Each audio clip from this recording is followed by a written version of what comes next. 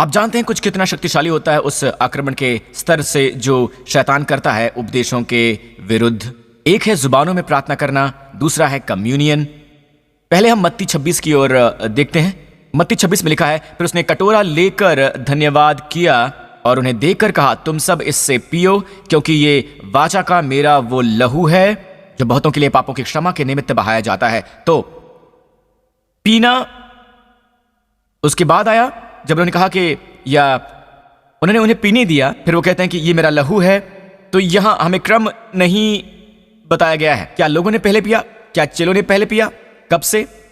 और फिर वो कहते हैं कि ये प्याला मेरी नई वाचा है, या उन्होंने कहा कि ये नई वाचा है और फिर उन्होंने पिया। अब ये महत्वपूर्ण है, ओके? जब आप सीखते हैं किसे कैसे ग्रहण करते हैं और इसे कैसे ग्रहण करते हैं योग्यता के अनुसार, ठीक है? तो वो यहां पर ये कहते हैं, खैर वो पापों की क्षमा के लिए है। योग्यता के अनुसार इसे ग्रहण करने का तरीका यह है कि आप इसे ग्रहण करें ये जानते हुए कि आपके पाप क्षमा हो चुके हैं लहू के कारण। अब ये उसका आदर करना होता है जो यीशु ने किया, उससे कुछ भी कम नहीं। अगर आप पाप के प्रति सचेत हैं और आप पाप ढूंढ रहे हैं पाप के लिए, जबकि यीशु ने स्वयं कहा है कि इस प्याले को पीना पाप क्षमा के लिए, उस वक्त नहीं जब तुम्हारे पाप क्षमा होते हैं, पर ये इसका उदाहरण देना हुआ कि उनका लहू ही उनका कारण है कि कैसे आपके पाप अब आपके जीवन में नहीं रहे। ऐसा नहीं कि आप पाप नहीं कर सकते या फिर आप पूरी तरह से पाप रहित हो गए हैं। नहीं, परमेश्वर आपको इस पर नहीं आंक रहे हैं आपके क्षमा नहीं किए हुए पापों के कारण, क्योंकि आपके सारे पाप छूट गए हैं, सब क्षमा कर दिए गए हैं। और जब आप प्रभु का भोज ग्रहण करते हैं तो आपको इसके प्रति सचेत रहना चाहिए, ना कि अपने पापों के प्रति सचेत कि वो अभी भी आप में है। और ये कि आपको उन्हें ढूंढना होगा, यह है खुद की योग्यता को आंकना। तो ठीक है, यहां ये प्रश्न फिर से है जो हम पूछ रहे हैं कि क्या उन्होंने दिया उन्हें रोटी और प्याला, और फिर उन्होंने कहा कि ये मेरी देह है और ये नए वाचा का प्याला है। अब ध्यान दीजिएगा, क्योंकि मैं ऐसा कह रहा हूं, ये बहुत महत्वपूर्ण है। ये जो क्रम है बहुत ही महत्वपूर्ण है। मैं आपको बताऊंगा कि क्यों। एक स्थान है जहां ये एक प्रतीक है और एक और जगह है जहां ये सच बन जाता है। इसके लिए आप जानते हैं सभी 4 सुसमाचार मत्ती, मरकुस, लूका और यूहन्ना, ये सब ज्यादा क्रमबद्ध समय के संदर्भ में क्रमबद्ध है मरकुस का सुसमाचार। अगर आप देखें, अगर आप मरकुस को पढ़ते हैं पूरा क्रम और कहानियां और मरकुस की वो सारी घटनाएं, तो वो एक दूसरे के बाद आती हैं, वो एक दूसरे से जुड़ी हुई हैं। तो चलिए चलते हैं मरकुस पर। मरकुस के पास क्रम है, और देखिए जब वो खा ही रहे थे तो उसने रोटी ली और आशीष मांगकर तोड़ी और कहा, ये मेरी देह है। फिर उसने कटोरा लेकर धन्यवाद किया और उन्हें दिया, और उन सब ने उसमें से पिया। और उसने उनसे कहा, क्या आपने ये सुना? जी हाँ। और उसने उनसे कहा, हाँ, ध्यान दीजिएगा, उन्होंने प्याला लिया, धन्यवाद देने के बाद उन्हें दिया और उन सब ने उसमें से पिया, ठीक है? और उन्होंने उनसे कहा, यह वाचा का मेरा वो लहू है जो बहुतों के लिए बहाया जाता है। तो सबसे पहले क्या हुआ? उनके प्याले के बारे में अपना बयान या उनका पीना? उन्होंने पिया। तो बात दरअसल यह है कि जब तक आप रोटी हाथ में रखते हैं, ओके, अगर आप अपने हाथ में रोटी पकड़े रहते हैं, क्या कहीं रोटी है? कोई बात नहीं, अगर आपके पास है तो सिर्फ उदाहरण के लिए, ओके, जब आप रोटी थामे होते हैं तो ये रोटी ही होती है, ओके। अगर ये रोटी कहीं पर गिरती है और एक बिल्ली आती है, वो उसे खा जाती है, कोई बात नहीं, ये मसीही बिल्ली नहीं है। ठीक है, यहां पर कोई बिल्ली है भी नहीं, तो ये अभी भी कुदरती है ना? आप समझ पा रहे हैं? और जब तक मेरे हाथ में है, ये बहुत ही सामान्य सी रोटी है, बहुत ही सामान्य सी, ठीक है। और कब ये बन जाती है असाधारण? देखिए, जब आप प्रभु के सामने आते हैं, बाय द वे, आपको किसी प्रीस्ट की आवश्यकता नहीं है, ना ही किसी पास्टर की, और ना ही मेरी। उन्होंने घर घर जाकर रोटी तोड़ी, हम सब प्रीस्ट हैं, आमीन। हम सब शाही याचकता से हैं, आमीन। बेशक अगर आप घर पर हैं और पिता एक विश्वासी हैं, ठीक है, तो पिता बन जाता है घर का प्रीस्ट, ठीक है, आमीन। तो वो उन सबके साथ इसे ग्रहण करता है। अगर पिता नहीं है तो ये मां कर सकती है। अगर कोई नहीं कर सकता तो आप स्वयं कीजिए, आप और यीशु। तो जब आप इसे खोलें तो राइट, ये रोटी लें, ये अभी भी रोटी है। पर जब आप प्रभु के सामने आते हैं, आप ध्यान लगाते हैं और आप प्रभु का धन्यवाद करते हैं, कहते हैं, प्रभु मैं आपकी देह पर विचार करता हूं कि उस क्रूस पर आपने मेरे सारे पाप उठा लिए, मेरे सारे रोग उठा लिए, मेरी सारी कमजोरियां उठा ली, मेरी सारी पीड़ाएं आप कह सकते हैं मेरा सारा बुढ़ापा, क्योंकि बुढ़ापे से ही आती हैं सारी किस्म की बीमारियां, है ना। और स्वर्ग में हर कोई जवान है, तो आप इसे वहां कह सकते हैं, प्रभु मैं आपका धन्यवाद करता हूं, आपके कोड़े खाने से मैं चंगा हुआ। और फिर आप ये ग्रहण करें। अब ये देखिए, जब आप ग्रहण करते हैं तो ये रोटी कब प्रभु की देह बन जाती है? जब ये अंदर जाती है, आपके ग्रहण करने के बाद प्रभु की ये देह। आप समझ गए? यही मेरा विश्वास है, मेरा मानना है कि यीशु की भाषा यूहन्ना 6 में ये इसे पूरी तरह सांकेतिक नहीं बनाती है, नहीं बना सकती। क्या आप सुन रहे हैं? ऑलराइट, जब तक ये बाहर है, ये अभी भी है। ये उनके ग्रहण करने के बाद वो कहते हैं ये नई वाचा का मेरा वो लहू है, आपने अभी भी से पिया, ठीक है। ये है मेरा शरीर जो तुम्हारे लिए तोड़ा गया, उनके खाने के बाद। आप समझ रहे हैं? हाँ, बस मान लीजिए कि आप प्रार्थना कर रहे हैं, आप यीशु का शरीर हाथ में थामे हुए हैं और कोई आपको बुलाता है, ये गिर जाता है और फिर आपकी पालतू बिल्ली अंदर आती है, वो से निकल जाती है। इससे कोई समस्या नहीं है, ये केवल बर्तन में ही पवित्र होता है। आमीन। यदि कम्युनियन इतनी महत्व की ना होती तो प्रेरित पौलुस ने ये क्यों लिखा? जरा सोचिए। मैं आपको ये बताना चाहूंगा, पौलुस यकीनन वहां नहीं था प्रभु के इस भोज में, वो यीशु के साथ चला भी नहीं था। वो स्वयं को कहता है कि जो सही समय पर पैदा हुआ, और उसने प्रभु यीशु से कहीं ज्यादा ग्रहण किया बजाय उन सब चेलों के जो यीशु के साथ चले थे। तो ये देखिए, 1 कुरिन्थियों अध्याय 11, पौलुस कहता है, क्योंकि यह बात मुझे प्रभु से पहुंची और मैंने तुम्हें पहुंचा भी दी है कि प्रभु यीशु ने जिस रात वो पकड़वाया गया, रोटी ली और धन्यवाद करके उसे तोड़ी और कहा कि ये मेरी देह है जो तुम्हारे लिए है, मेरे स्मरण के लिए यही किया करो। जी हां, मेरे स्मरण के लिए। अब ध्यान से सुनिए, ये प्रभु की ओर से सीधा प्रकाश है। उसने इसे मत्ती से बिल्कुल नहीं सीखा, इसने उसे बरतुल्मिया से नहीं सीखा, इसने उसे थोमा से नहीं सीखा। वो सब वहां थे उस अटारी में, वो उनके पास जा सकता था, उनसे पूछ सकता था, राइट। पर उससे ये सीधे प्रभु से प्राप्त हुआ, क्योंकि ये बात मुझे प्रभु से पहुंची है। कम्युनियन के बारे में वो क्या है जो इतना महत्वपूर्ण है? वो है स्वयं प्रभु यीशु। जी हां, प्रभु यीशु, चाहे दर्शन के रूप में हो या यीशु उनके पास सीधे आए हो और उसे सिखाया हो, उसने ये प्रकाश प्रभु से सीधे प्राप्त किया, ठीक है। और ये पौलुस ही है जो हमें सिखाते हैं स्वास्थ्य और चंगाई के बारे में, और ये कि चंगाई उपलब्ध है और कैसे परमेश्वर से दी गई इस आपूर्ति को नजरअंदाज करना लोगों में कमजोरी और बीमारी और समय से पहले मरने का कारण बन रहा है। तो हमारी ये धारणा है कि आजकल की कलीसियाओं में कि आप प्रभु का भोज लेते हैं, ठीक है, और आपके जीवन में पाप है, तब शायद आप बीमार हो। यह दंडाज्ञा है, क्योंकि आपके जीवन में पाप है, शायद आप समय से पहले ही मर जाएं। उन्हें इस शास्त्रांश से पहले मिला। ये पूरी गलत बयानी है। मैंने पूरी कोशिश की कि इसके पूरे थियोलॉजिकल पक्ष में ना जाऊं, पर जैसे ही मैंने ये किया, मेरे साथ कुछ हुआ। मुझे महसूस हुआ कि प्रभु कह रहे हैं कि नहीं, तुम इसका उपदेश दो। तो जितना मुझसे हो सकेगा मैं उसके बारे में आज सिखाऊंगा। तो पहली बात, ये प्रभु की ओर से सीधा प्रकाश है। क्या आप सुन रहे हैं? ओके। नंबर 2, परमेश्वर इस आपूर्ति पर नजर रखते हैं। पता है किसी वजह से लोग कहते हैं, पता है पास्टर प्रिंस, बस खाना इतना साधारण सा काम है। एक साधारण काम ने पूरी मनुष्य जाति को पतन में धकेल दिया। यह साधारण काम था। और हर बार जब आप रोते हैं और जो आंसू आते हैं किसी की मृत्यु की वजह से, किसी रिश्तेदार या जो कोई भी हो, यह सब हुआ साधारण काम की वजह से। साधारण सा काम था जो बहुत सारी घटनाओं का कारण बना। सारा श्राप आया साधारण काम से। क्या इस पे कोई परमेश्वरी कारण नजर नहीं आता कि परमेश्वर ने आपको नियुक्त किया कि आप खाने पर निष्कासित किए जा सकते हैं? उस हर बात का श्राप उस साधारण से खाने के कारण शुरू हुआ। वो वृक्ष को देख सकते थे, कोई समस्या नहीं थी, राइट। वो उसे छू भी सकते थे, कोई समस्या नहीं थी।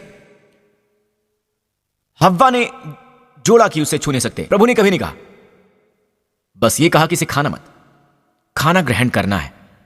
तो आप वही रहते हैं जब आप ग्रहण करते हैं। बस कम्युनियन के बारे में मत सुनिए, ये तब होता है जब आप ग्रहण करते हैं।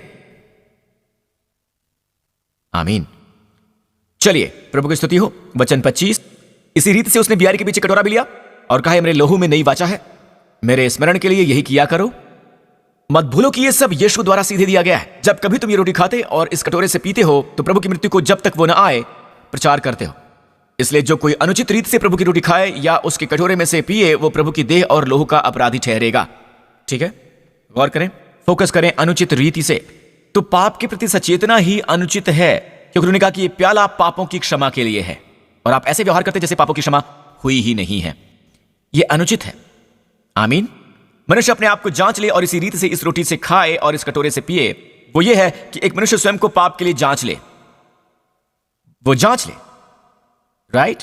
ऐसा नहीं लिखा कि एक मनुष्य स्वयं को जांच ले, रोटी से दूर रहे और प्याले को एक और रख दे। यही मैं करता था खुद को जांच लेने के बाद। जब ग्रहण करने के लिए कोई विश्वास नहीं, मैं इतना डरा हुआ था, मैं बहुत डरा हुआ था। पर यह शब्द जांचना ग्रीक शब्द है डोकिमाजो। डोकिमाजो शब्द है खुद को जांचो अच्छी बातों के लिए।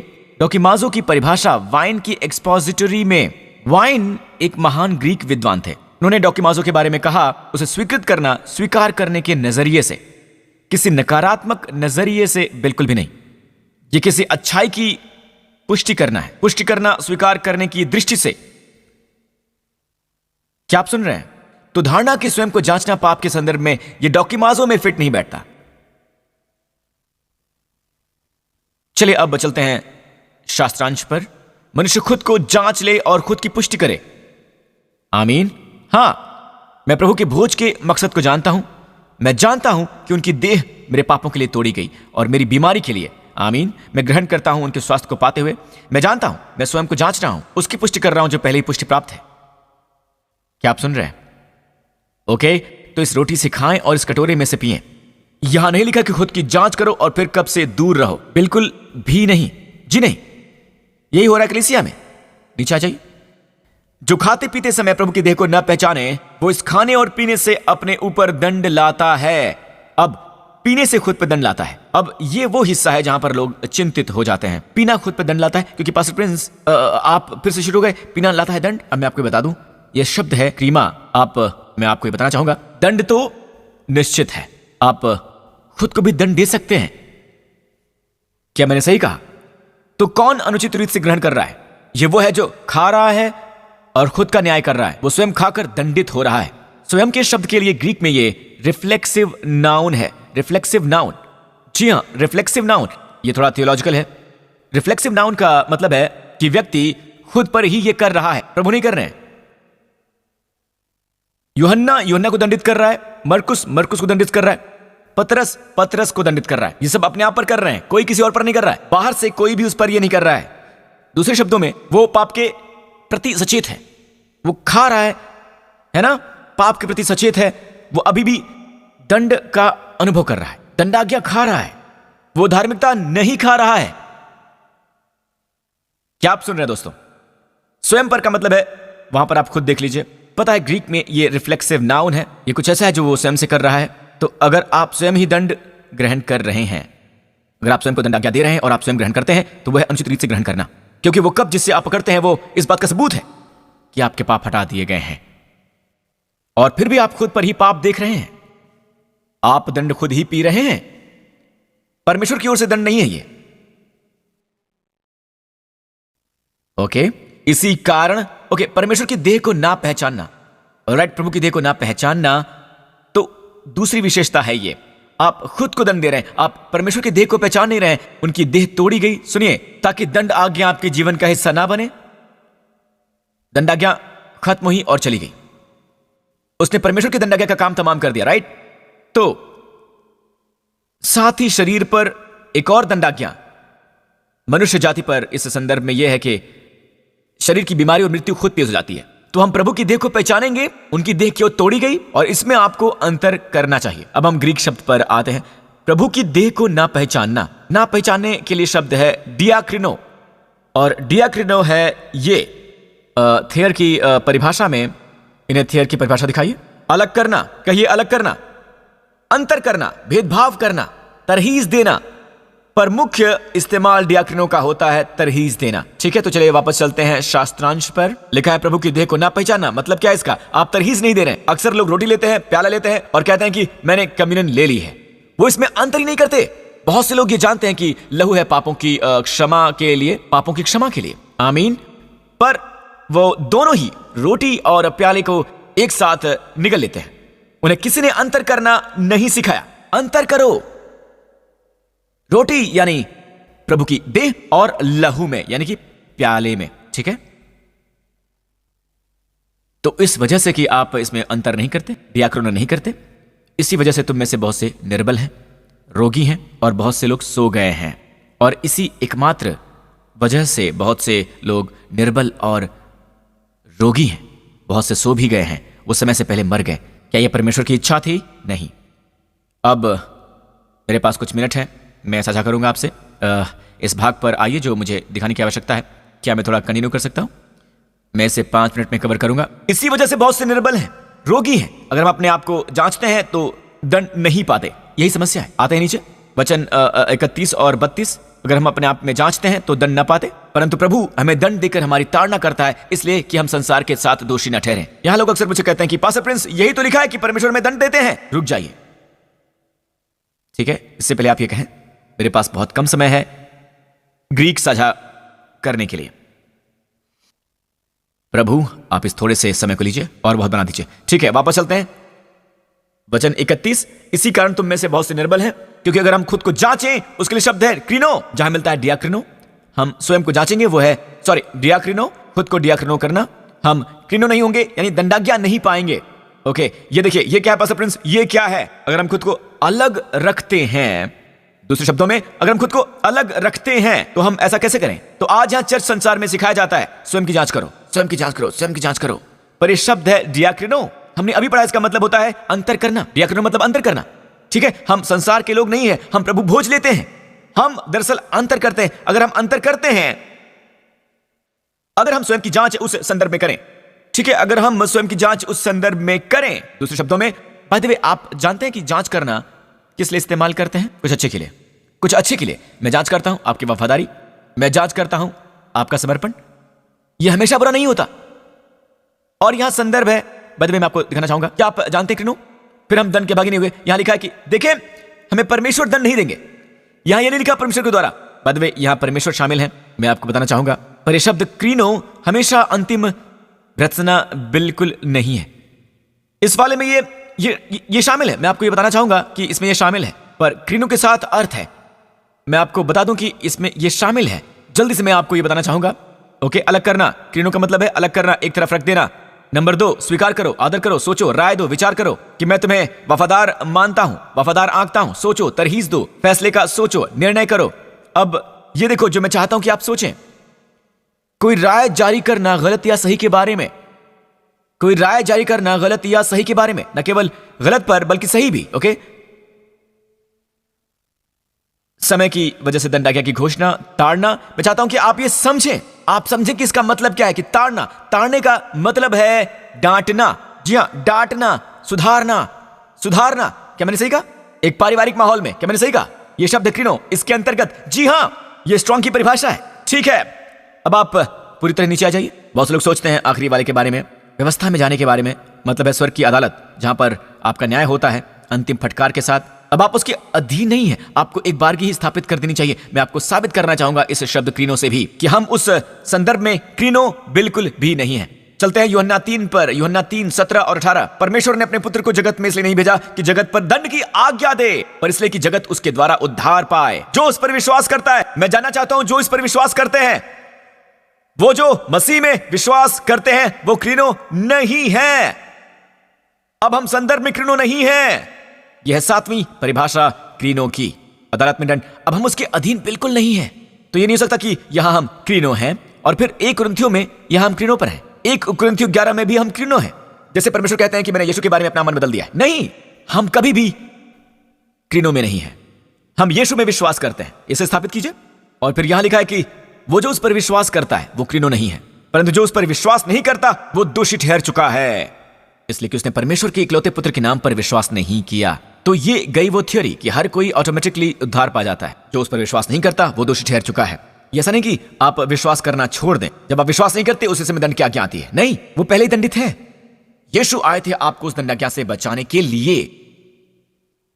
क्या आप समझ पा रहे हैं? चलिए वापस चलते हैं शास्त्रांश पर, हम समाप्त कर रहे हैं। क्या आप सीख रहे हैं? धन्यवाद प्रभु। अगले वचन में लिखा है, पर जब हमारा न्याय होता है, वो क्या है? जब हम क्रीनो होते हैं और जब हमें सुधारा जाता है, हमें ताड़ना दी जाती है। हम वो बच्चे हैं जिसे प्रभु सिखा रहे हैं ताकि हम संसार के साथ दंड की आज्ञा ना पाएं। बिल्कुल वो यही अंतर कर रहे हैं। क्यों? संसार की दंड आज्ञा क्या है? यहां पर यह शब्द है दंडाज्ञा काटाक्रीनो। अब वो क्या है? संसार के साथ दंड पाना, ताकि हम संसार की सजा न पाएं। बाद में वो सजा देना, ये वाक्य मेरा नहीं है, ये वाइन का है। ये शब्द काटाक्रीनो, वाइन कहता है दंड दिया जाना। याद करें, जब परमेश्वर दंड देते हैं, जब आदम ने पाप किया, वो जमीन सब कुछ, दंड मृत्यु भी था, पर मृत्यु से पहले क्या था? कमजोरी, मृत्यु। परमेश्वर कह रहे हैं कि जब आप ये सीख लेते हैं कि कैसे अंतिम भोज का लाभ उठाना है, जब आप ये सीख लेते हैं, परमेश्वर नहीं चाहते हैं कि हम उस दंडाज्ञा को झेलें जो कि संसार पर नाजिल है।